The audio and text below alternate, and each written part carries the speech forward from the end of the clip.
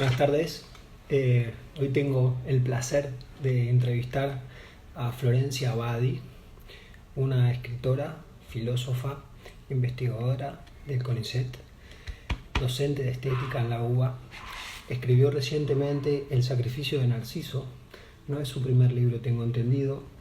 Voy a leer antes que ella entre una parte en donde empieza hablando de la piedad y dice: desesperado por encontrar al culpable de la peste que devasta a Tebas, Edipo interroga a Tiresias.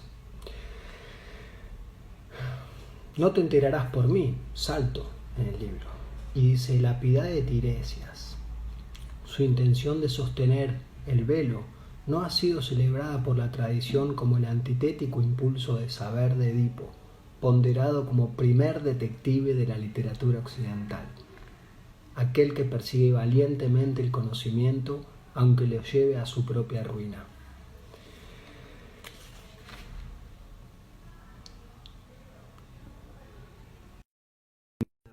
La querida Florencia, mientras leía, no sé si tengo que pagar derechos de autor por haber leído un fragmento de la obra. Hola Florencia, ¿cómo estás? Hola Santi, ¿cómo va? Bien, ¿y vos?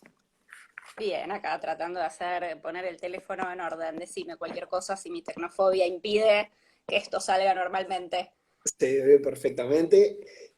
¿Cómo estás primero, antes que nada? Bien, muy contenta, la verdad. Acá surfeando la cuarentena, bien, ¿Cómo con mi la, caja de la- herramientas. la llevas bien? Esto es casi una pregunta obligatoria en cualquier charla hoy en día. Sí, muy ¿Cómo bien, te va? no me puedo quejar de nada. La verdad, muy bien, muy Bueno, contenta. bueno, me alegro ¿Vos que sea bien? así. Yo muy bien también.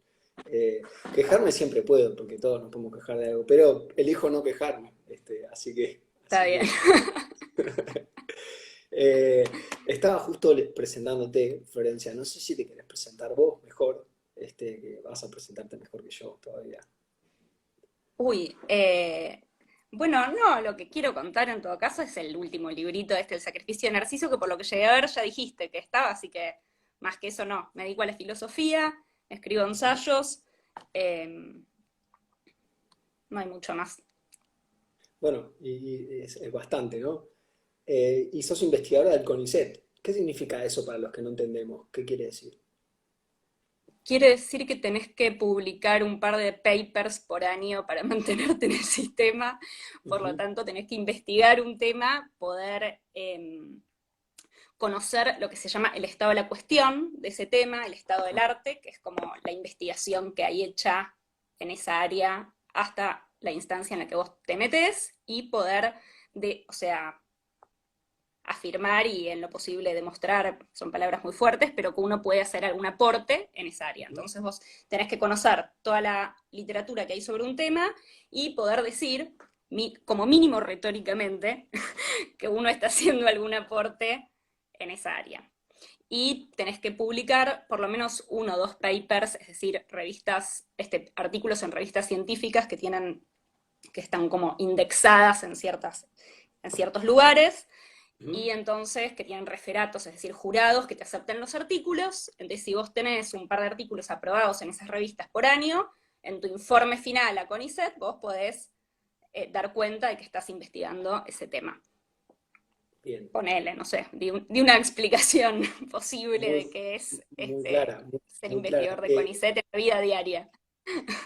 Actualmente estás investigando sobre qué, o no, ¿cómo es lo tuyo actual? Sí, mi investigación tiene que ver con el concepto de mímesis, que Ujú, es, uno puede decir imitación, sería la palabra castellana, pero muchas veces se mantiene la palabra griega porque vaciamos un poco tal vez el sentido de la palabra castellana de toda la riqueza que podría tener la palabra imitación en sí misma, pero en general la tenemos ligada a la idea de copiar servilmente y de ujú, manera voluntaria algo. En cambio la mímesis conserva un poco ese sentido de algo que se copia de manera involuntaria, inconsciente. ujú. Bueno, tiene una cantidad de connotaciones que tiene que ver con el origen del término en la filosofía griega, y tiene una historia que a mí me resulta muy interesante. Digamos, investigo un poco la historia del concepto de mímesis y sobre todo cómo aparece ese concepto en tres autores que son Benjamin, Girard, René Girard, que es un autor que me encanta, y este otro filósofo que se llama Roger Caillois, que es Caillois se escribe, que es bastante poco conocido, pero que nosotros lo conocemos un poco como traductor de Borges al francés, fue el primer traductor de Borges al francés, fue el amante de Victorio Campo, acá en Argentina, como viajó a Argentina y estuvo acá, un poquito más a veces, acá y en Francia un poquito se lo conoce. Es un dato chimentero que me interesa mucho en este tipo de charlas también que aparezca, como Tienen amantes. muchas Mucho, cartas, es muy lindo para el chisme la historia de Caillois y Ocampo y sus amantes y todo eso da mucho para el chisme. da mucho. Justo mencionaste a René Girard, que si no entiendo mal, es quien describió el concepto de víctimas de reserva, que me parece un concepto súper interesante. Eh, pero sí, no ibas a decir algo, te interrumpí. No, no, no. Decime vos, sí, es genial. René Girard es un autor que en general no se lo logra clasificar ni en la antropología, ni en la filosofía, ni en la literatura. Un tipo que trabaja sobre todo con textos literarios, que tiene una teoría de la mímesis y el deseo como deseo mimético, en donde Ujú. lo que se desea siempre está vinculado a un modelo que nos dice qué es lo que tenemos que desear. Entonces nadie desea, digamos, es algo que si querés es como el deseo es el deseo del otro, para cualquiera que trabaje psicoanálisis puede pensar que, bueno, está diciendo esto con otras palabras, pero bueno, digamos que lo formula de una manera mucho más sencilla, mucho más simple, y que pone mucho más el énfasis en la cuestión de la rivalidad, y cómo ese modelo que te indica cuál es tu objeto de deseo, porque vos nunca deseas lo que vos elegís desear, sino que el deseo Ujú. siempre es algo que se te impone y te lo impone este modelo. Ese modelo es un rival. Entonces todo el deseo tiene que ver siempre con la lógica del obstáculo, con la lógica de la rivalidad. Bueno, todo eso yo lo trabajo bastante en el librito, en el sacrificio de Narciso, esa relación entre deseo, odio y rivalidad, y viene, eso es como la teoría de Girard, viene mucho, está muy inspirado en la teoría de Girard, en donde, digamos, que tiene mucho que ver con esa cosa infantil, si se quiere, de otro que te copia, la molestia con otro que te copie, cómo en realidad en ese copiarse y en ese mimetizarse con los demás está, y en el obstáculo, en el rechazo, y en el obstáculo está toda la lógica del deseo, de la que es bastante trágica, ¿no? Girard es un autor bastante trágico, finalmente el deseo está metido en un flor de lío, vamos a decir. Me interesa que aportás algo que es la cuestión de la mímesis y la rivalidad como cosas que están ligadas o que aparecen ligadas y con el deseo, ¿no? En relación a eso, y como el deseo pareciera ser algo no propio, de alguna manera, en el sentido consciente por lo menos. Tal cual, ¿no? Por eso, si es conflictivo, alguien se quiere copiar, alguien, vos ves a alguien, ¿no? Es como, no sé, otra chica tiene el mismo vestido que vos en la fiesta y no es una alegría, ¿no? Es como ahí se arma la rivalidad, el conflicto surge de la semejanza. El Rey Lear de Shakespeare empieza la primera frase, me dan ganas de buscarla, de buscarlo acá a ver si lo encuentro textual, pero no, no vamos a llegar a tanto, ¿no? Dice como, son, no sé, un soldado que habla con otro soldado, siempre empieza con algún personaje muy secundario, ¿no? Muchas veces, y uno le dice Ujú. al otro como, che, ¿y a quién quiere más el Rey Lear? ¿A este yerno o a este otro yerno? Y el otro dice, la verdad, los quiere tan parecido que uno no podría decir a quién quiere más. Y es como, ahí está el origen del quilombo, digamos, ¿no? O sea, se arma con esa cosa de, qué semejante, qué simétrico que es esto, qué igualito. Bueno, ahí ese conflicto es el que da origen al drama, digamos, ¿no? O sea, Que es un drama que bueno, lo contás ahí en Rey Lear. Qué tan parecido es el a quién crees más o a quién prefieren los padres? Yo lo bajo a mi lenguaje por ahí más simple, ¿no? De psicopedagogo, digo, por ahí, ni siquiera digo como psiquiatra. Este, sí, eso es vos muy decías, interesante, muy gracioso, como la rivalidad de los padres por los hijos no está del todo dicho, es como que ujú, siempre está esa pregunta, ¿a quién querés más, a tu papá o a tu mamá? Y no está del todo como, ¿no? Teorizado y dicho que hay una rivalidad muy fuerte entre los padres por los total, hijos. Y que está muy alimentado por el hecho de que los hijos también todo el tiempo están eligiendo entre uno y otro, ¿no? Es como pasás por periodos en donde tu mamá es buena y tu papá es malo, y ahora los cambiás, ¿no? Como si no se pudiera, como si siempre uno estuviera en relación al otro, ¿no? es verdad lo que sí en cuanto a la rivalidad de los padres por los hijos. Y también he escuchado a veces padres decir, tal hijo prefiere, no me prefiere a mí, prefiere a mi marido, prefiere a mi esposa, etcétera, ¿no? Como esa cosa que también está ahí. Y que se me ocurre si tendrá algo que ver con la mímesis, esos gustos que además van variando, esas preferencias, digamos. Bueno, en verdad prefiero preguntarte esto. Vos estabas diciendo que lo que estás investigando actualmente es sobre la mímesis. No digo que te cuentes toda la historia porque sería adelantar tu trabajo y además es tu trabajo, no le vas a hacer una entrevista acá, pero desde la historia que a vos te gusta, no sé si querés resumirla o podés contarlo. Sí, igual aproveché la cuarentena y ahora estoy pensando en otro tema, te cuento un poquito del coso y si querés Adelante. hablamos de otra cosa, porque no es que en realidad, viste, uno, tengo la investigación, llega una cuarentena como esta y decís, no, pará, esto, voy a hacer otra cosa, ¿no? Y por un Sí, rato, y de hecho, bueno, el librito sobre Narciso está muy vinculado a la mímesis, porque bueno, el espejo, Narciso, la mímesis, pero tiene como un tono ensayístico que no es estrictamente académico, en realidad, ni es estrictamente sobre la mímesis, de hecho no es un libro sobre la mímesis. O sea que mantengo a veces como algún tipo de investigación paralela, también en un registro un poco más literario y ensayístico. Lo de la mímesis, digamos, hay algo interesante en la historia del concepto de mímesis, que es esto de que hay como una tradición dominante que viene de Aristóteles y que está muy vinculada a esta mímesis un poco más como que es la que llega a nuestro concepto de imitación, a la que llega al clasicismo, como la idea de un arte que imita la naturaleza, o que sería como una idea de imitación muy como racionalista y de copia, y otra idea que uno podría ver el origen en Platón, que está más vinculada al cuerpo y a lo inconsciente y al conflicto y al poder. Entonces yo rastreo un poco como esa tradición dominante que va de Aristóteles y llega a Auerbach, a Ricoeur, a Gadamer, hay muchos filósofos, digamos, digamos, del mundo más contemporáneo que siguen un poco esa tradición más dominante que pasa por el clasicismo, ¿verdad? Y otra que para mí es la que prima en Caillois, Girard y Benjamin, que son los tres autores que yo trabajo, que yo digo que recuperan un poco una concepción subterránea, más relegada de la mímesis, pero que se lo puede rastrear desde Platón, que Platón decía cosas como, si, o sea, cuando echa a los poetas de la República, que los echa de la República ideal que se imagina, no echa a nadie de ningún lado, pero en el libro de la República expulsa a los poetas de esa República ideal, y la mímesis es como un argumento terrible, la mímesis es muy mala, dice Platón, y la idea es esto de si vos imitas algo, te lo vas a terminar, tu cuerpo se va a terminar efectivamente siendo eso que imita. Entonces aparece como toda una prohibición de imitar los sonidos de los animales, de rebajarse en la imitación, digamos, ¿no? Como esta cosa de...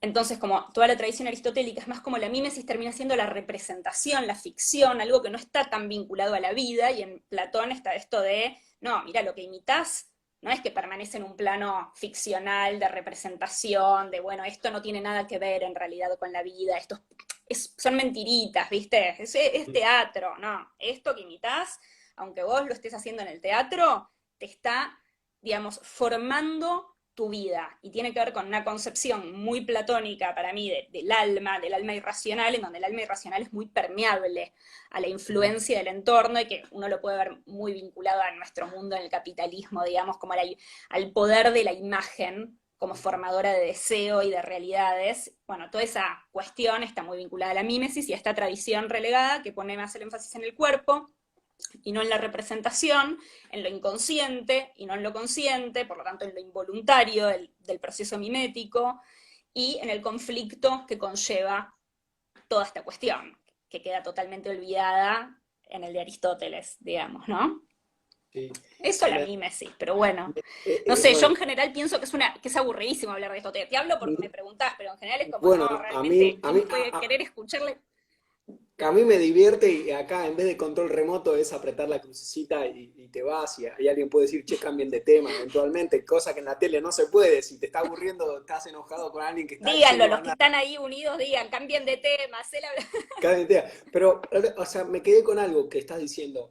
Hacer teatro entonces no es tan inocente como uno cree. Che, ¿por qué no haces teatro? Porque en teatro se usa mucho la mímesis. Se trata justamente de imitar ruidos de animales, se trata de imitar al otro, se trabaja en espejo. ¿Qué tan problemático puede llegar a ser si uno no es consciente de esto? Te lo pregunto de verdad, ¿eh? Ahora que estudié 10 años de teatro, me vengo a enterar ahora Lo de este sé. asunto, Florencia. Por eso, ¿viste? Es que tiene una influencia muy grande eso. ¿No te transformó acaso el teatro Por como supuesto, pero persona? cabalmente. Por eso, ¿viste? Ahora sí.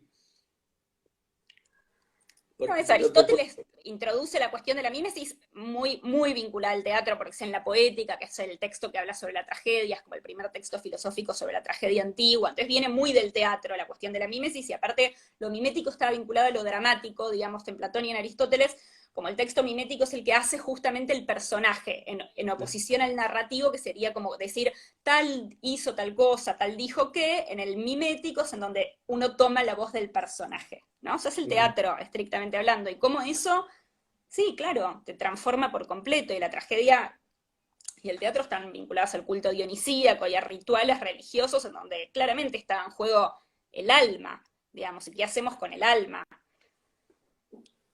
sé que el alma para vos es un tema importante, para todos, pero vos tenés una indagación sobre el alma que bueno, es particular. Te he escuchado en otros momentos, ¿no? Por eso puedo decir esto.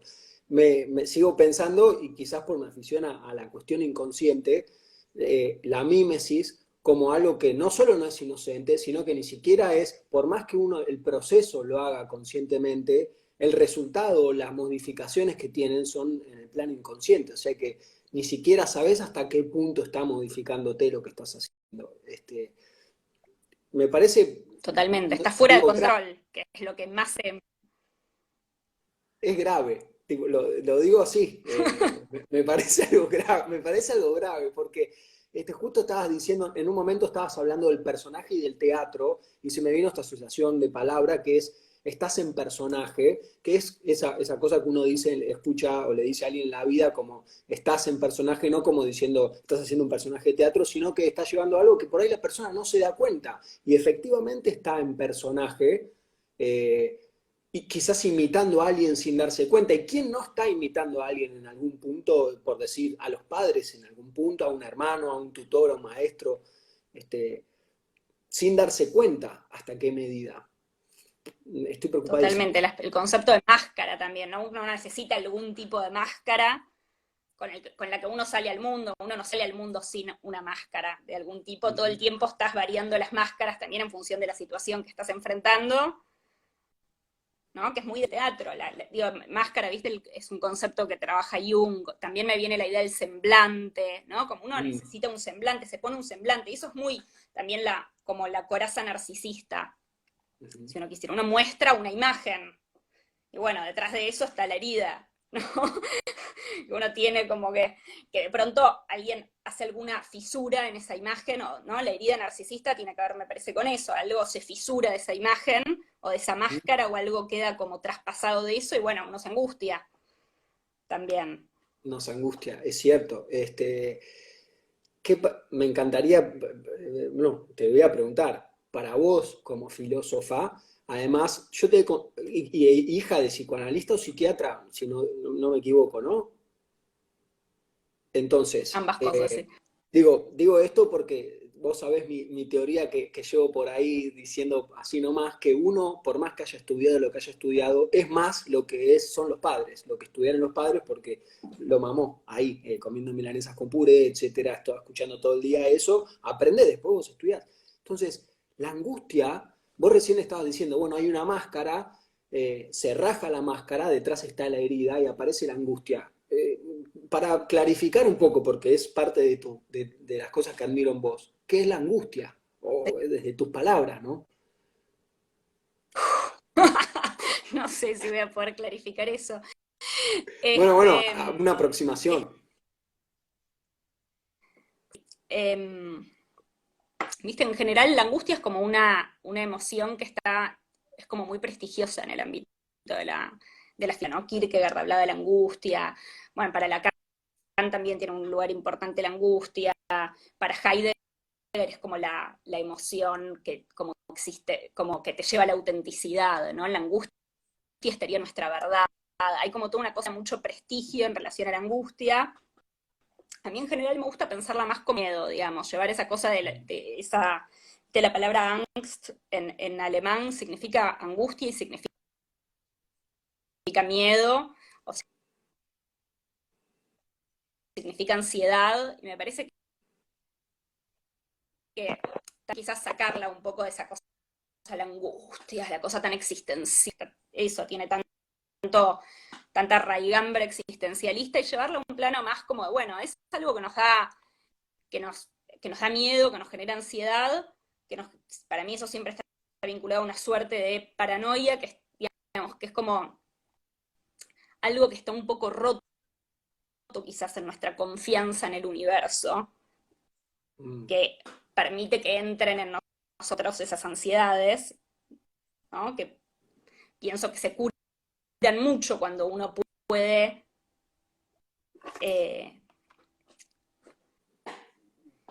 volver a confiar en algo como que tiene que ver con una benevolencia del universo, ¿no? Como que es lo que ponele, estoy acá improvisando con vos, qué sé yo, la verdad no tuve un poco de, en realidad como de cosa con esto de tanto prestigio, digamos, ¿no? Como... Sí. No sé si es la conexión o qué, pues hay veces que se corta, no sé, ahí te veo bien de nuevo, se corta un poco, pero el audio sale, es lo que importa, en definitiva, o no tanto. Usás otras palabras que a mí me parecen interesantes, hablas de universo, hablas de paranoia, hablas de miedo, como quizás como una igualación o quizás como un efecto que produce la angustia, y hablas de paranoia como la palabra es conocimiento paralelo, ¿no? Estrictamente hablando de la etimología de la palabra. Me interesa lo que decís en relación a la desconfianza del universo, en el universo.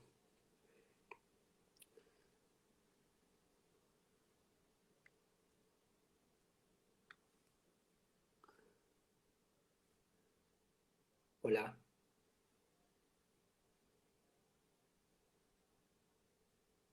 ¿Me escuchás, Flor? A ver. ¿Estás por ahí?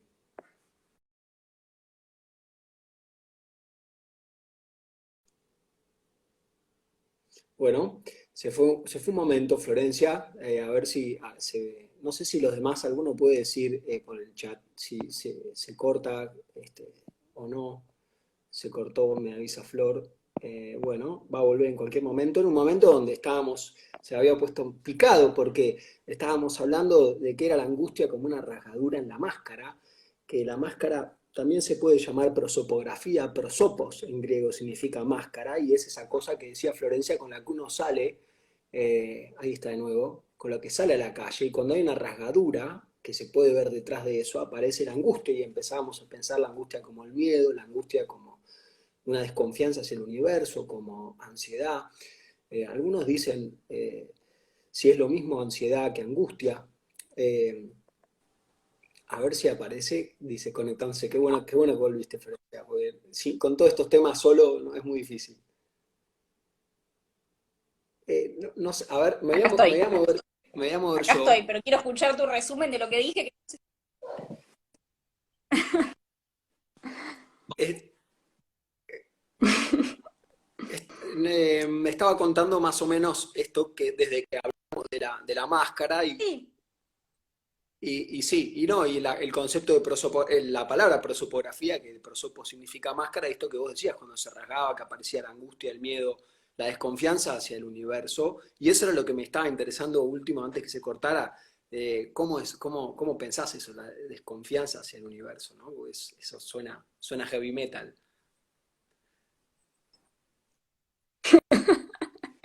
Qué preguntas difíciles que me haces. Me obligas a confesar Perdón. muchas cosas que creo y no quiero decir que creo. Pues tenés todo el derecho a decir paso, como con Feliz Domingo. Vos podés decir paso y no responder, tranquilamente. Bueno, puedo hacerte otra A pregunta. ver. Sí, no, pero a ver, intento, porque ahora que me doy cuenta tiene que ver con quizás el concepto de angustia de Klein, esta idea de que uno primero, como que, por ejemplo, podríamos pensar un trauma de nacimiento o algo como primero un momento de ansiedad y de algo y una angustia que proyecta una desconfianza fuera a partir de algo de insatisfacción. No, me voy a meter en una que... Cambiame de tema. Vale, Un vale segundo momento donde, abort mission, vale. en donde Te todo banco en eso eso. se... No, Voy, sí, ya voy- dije, no, ¿para qué me meto? voy con algo que tiene que ver con el sacrificio de Narciso, que tengo, ¿no?, el ejemplar dedicado, y me siento muy contento. No sé si al principio esto es la segunda edición y entendí que se editó en España también, o se va a editar en España. Sí, sí. Felicitaciones totales. Ya se editó. Muy bueno. Está ya en España, me imagino que con esta cuarentena se está vendiendo como loco el libro, Sí, sí. imagínate. Bueno, En España deben estar todos pensando en mi libro. bueno, creo que es un momento muy ideal para pensar en el narcisismo, ¿no? Y en el sacrificio de Narciso.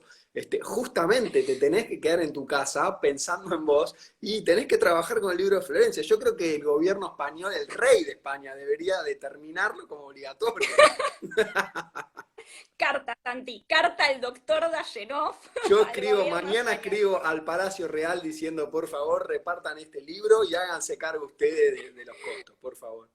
Hay dos soluciones, la vacuna y el Claro, sacrificio. la vacuna falta, es misterioso, hay que ver si toque. Y leer este libro es conveniente, yo creo que conviene. Yo estaba justo, Está ahí. antes que te conectaras, estaba diciendo cómo el primer capítulo de todo, que es de la piedad, que cuando está desesperado por encontrar el culpable de la peste en Tebas, Edipo le pregunta a Tiresias y ella, Leo, ¿no? Dice, la piedad de Tiresias, su intención de sostener el velo, como diciéndole, no lo vas a saber por mí.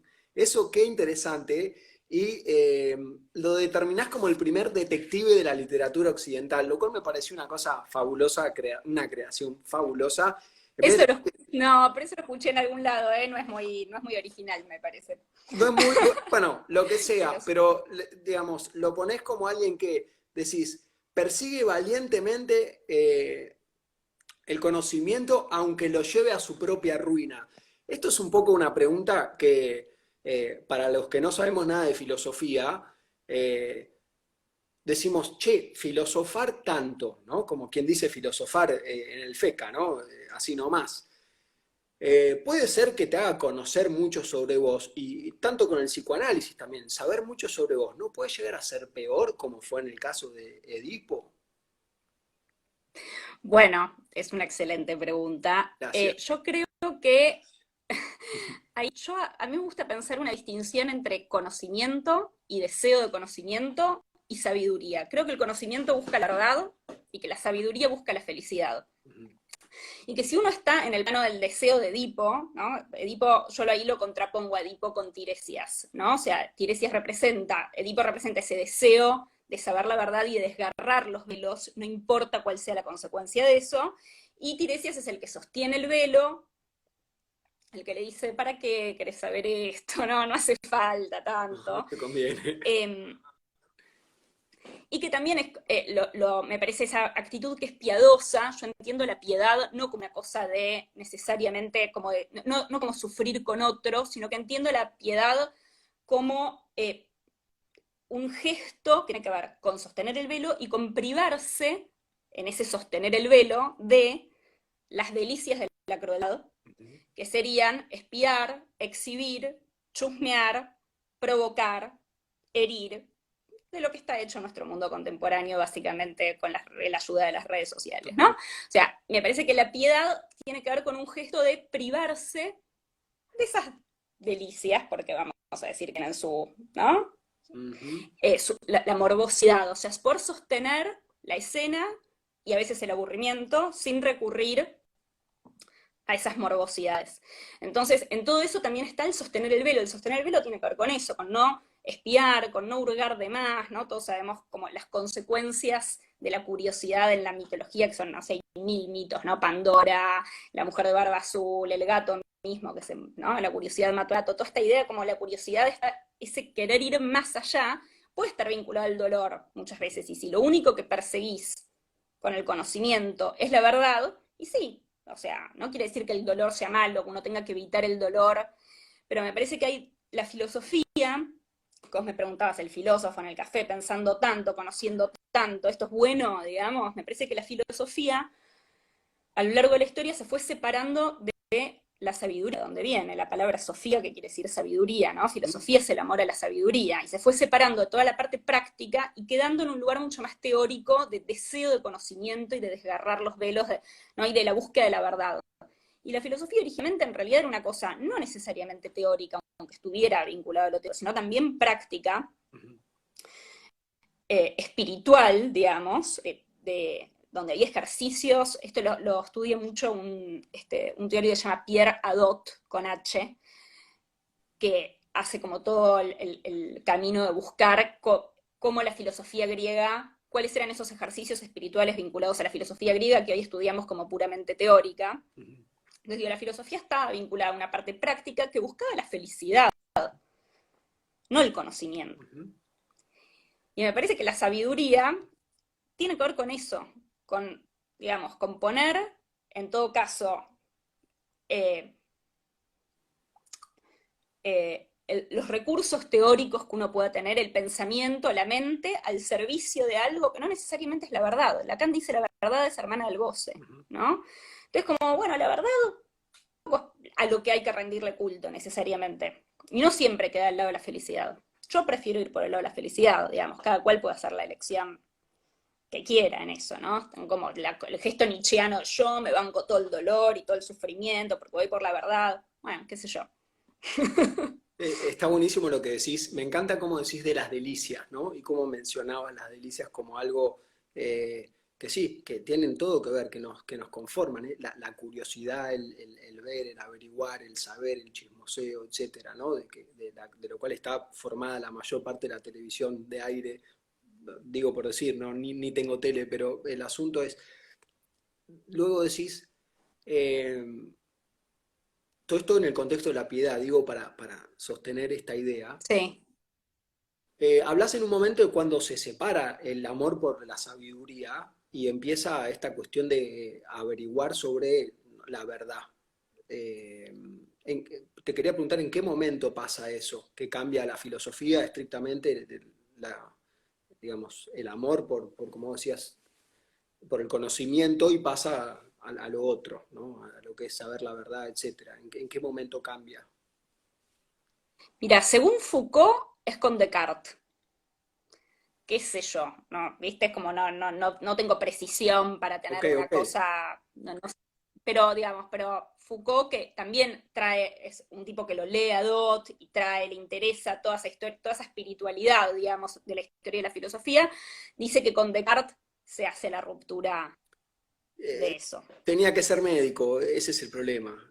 Tenía que ser médico, este muchacho de Cardi. Aparte, empezar a decir cosas como pienso, luego existo, y que después todo el mundo esté diciendo, entonces la mente y el cuerpo son dos cosas distintas, y se pudrió todo el rancho. Ya entiendo por qué filosofía era lo que era antes Descartes. Bueno, ya no le puedo decir nada. Y otra cosa que decís, que me parece súper, súper interesante, y que hice una marca en el libro cuando leía, escribí, quiero decir, es ¿querés tener razón o querés ser feliz? Que es una pregunta que escuché alguna vez por ahí y me hizo acordar algo que estaba leyendo en relación a la piedad. ¿Querés averiguar y adentrarte en el dolor, en las cuestiones así? Hacer también de Macra, dice, se fue Flor de nuevo, hay un filósofo argentino que se llama Ricardo Diorio, que, bueno, él más que libros, ha consumido sustancias mucho tiempo, y dijo, el placer también de Macra.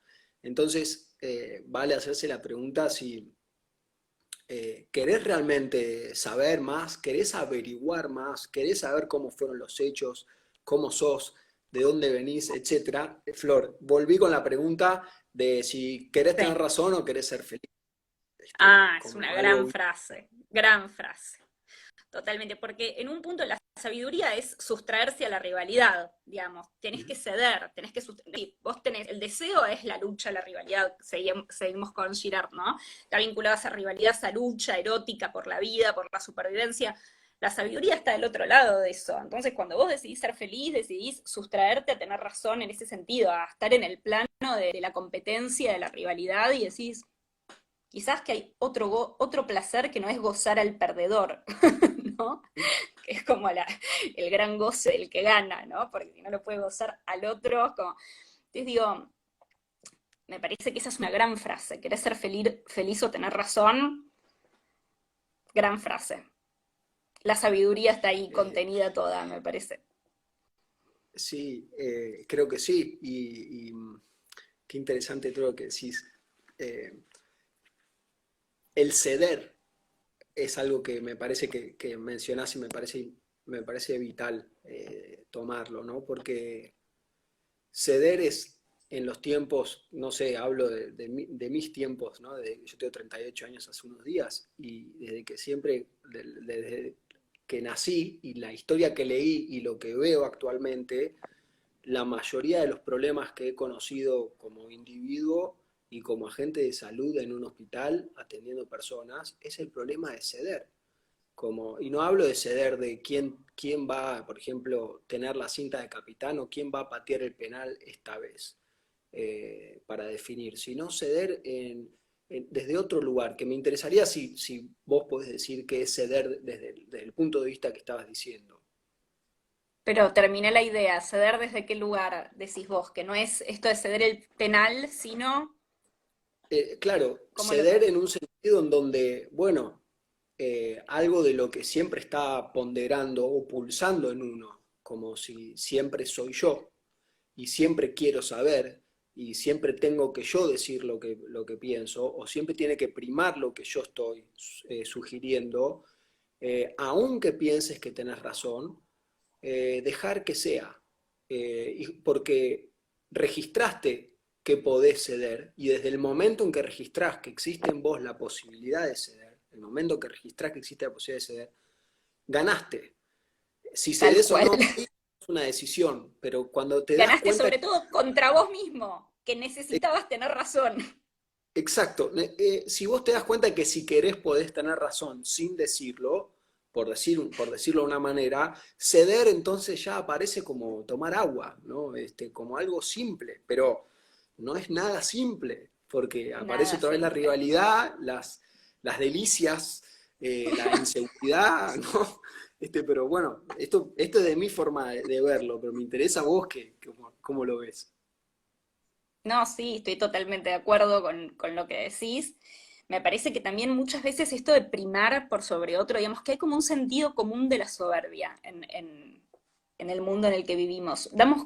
En general, hay como una creencia que uno puede estar por encima o por debajo de los demás.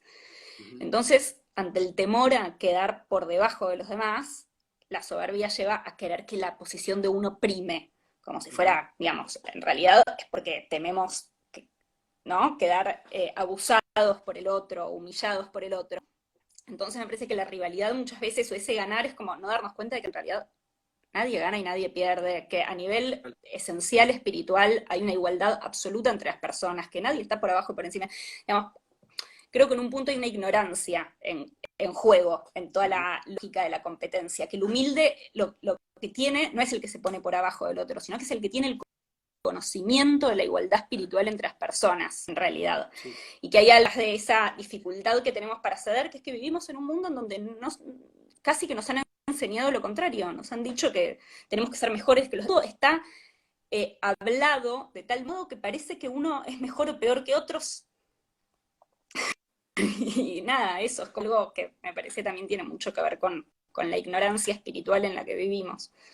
Sí, está buenísimo que digas que hay ignorancia en juego porque vale decir ante esta cuestión del no poder ceder que no es a propósito, yo diría en la mayoría de los casos.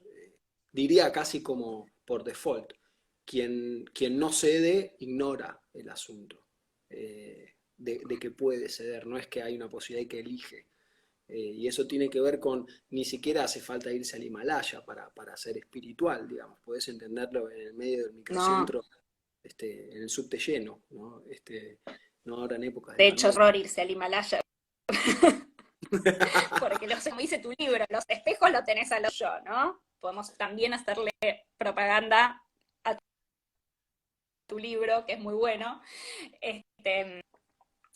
Hablo del deje de ser tóxico, ¿no? Que hablas así sobre las proyecciones y de los espejos y viendo en esas personas con las que viven, no te tenés que ir lejos, si los que, o sea, ¿no? Está también en la Biblia, que Dios te habla a través de tus hermanos, o sea, que te vas a ir a donde estás solo, si te habla a través de tus hermanos, de los más cercanos, de tu contexto más cercano. Así que bueno, recomiendo el libro de Santiago de Allenov.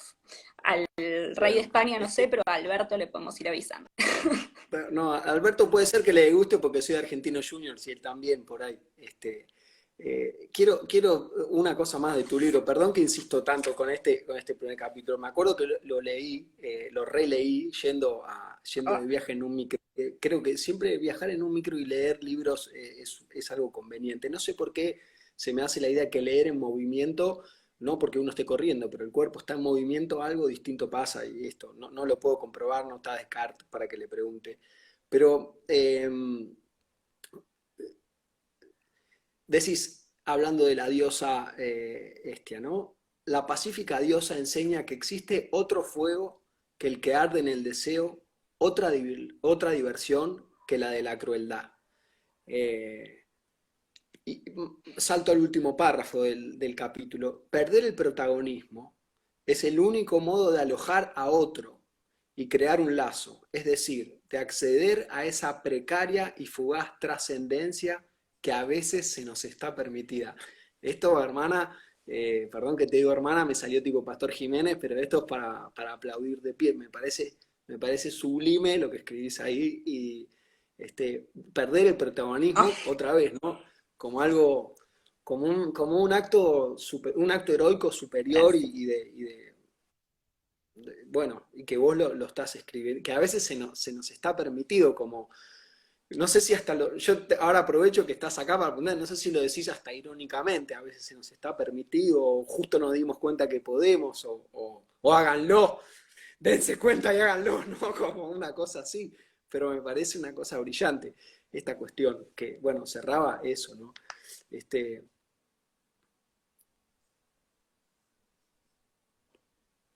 No te escuché, pero te vi la sonrisa en los ojos y supuse que dijiste algo, pero no se escuchó.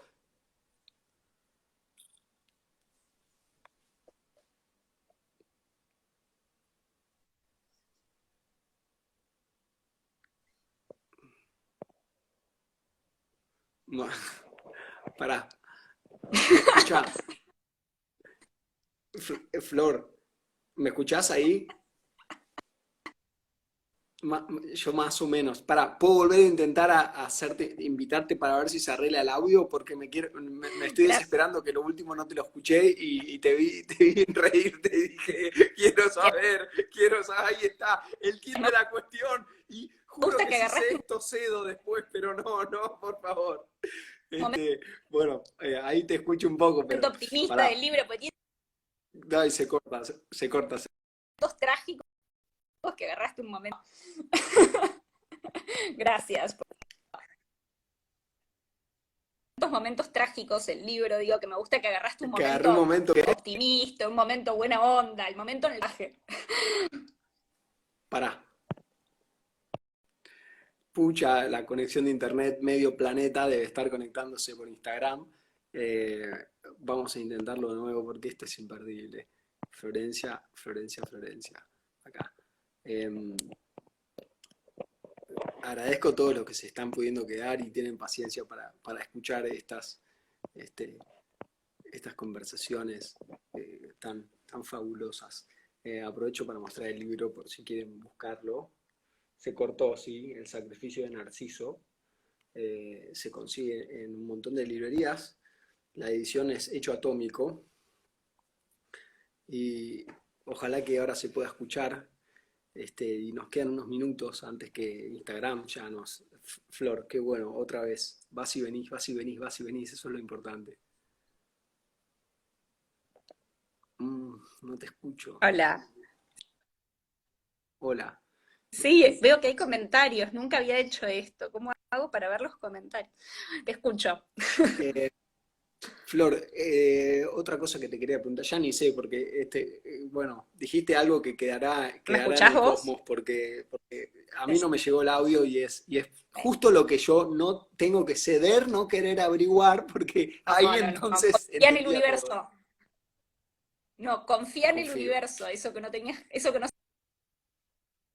Ah, eso, ahí está, gracias, muchas gracias. Flor, ahora me quedé pensando, qué generoso de tu parte tomar el, el mito de Narciso, o no sé si el mito de Narciso, o en el primer capítulo hablar de Edipo, que es quizás el mito más emblemático que se utilizó para pensar. ¿No me escuchás? No. Eh, me ves, pero no me escuchás. Bueno,